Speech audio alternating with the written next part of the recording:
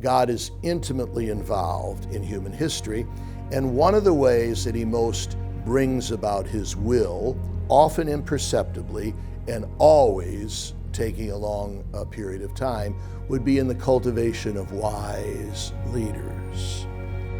Which is good for the world, and it's good for those whom God raises up, because the more they surrender to him, the more they become themselves. In 2004, President George W. Bush presented the Pope with the Presidential Medal of Freedom.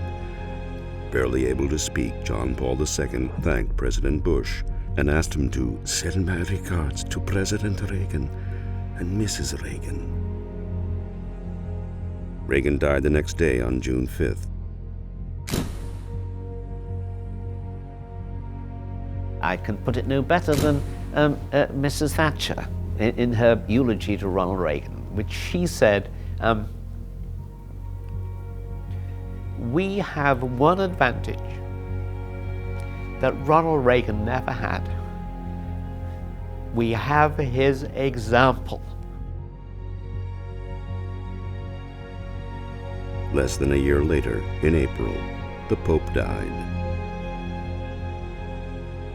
All of those lessons and teachings and homilies of John Paul II, they really matters. His word matters. His uniqueness matters. I feel by heart that people are really hungry of wisdom, of words, of presence, of gestures, of smile.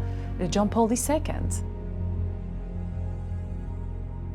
They both symbolize, they both represent, they both worked for the single set of beliefs that greater freedom, greater acknowledgement of human dignity is really important. It turns out that their side won, at least as of the early 1990s, but it's an ongoing struggle.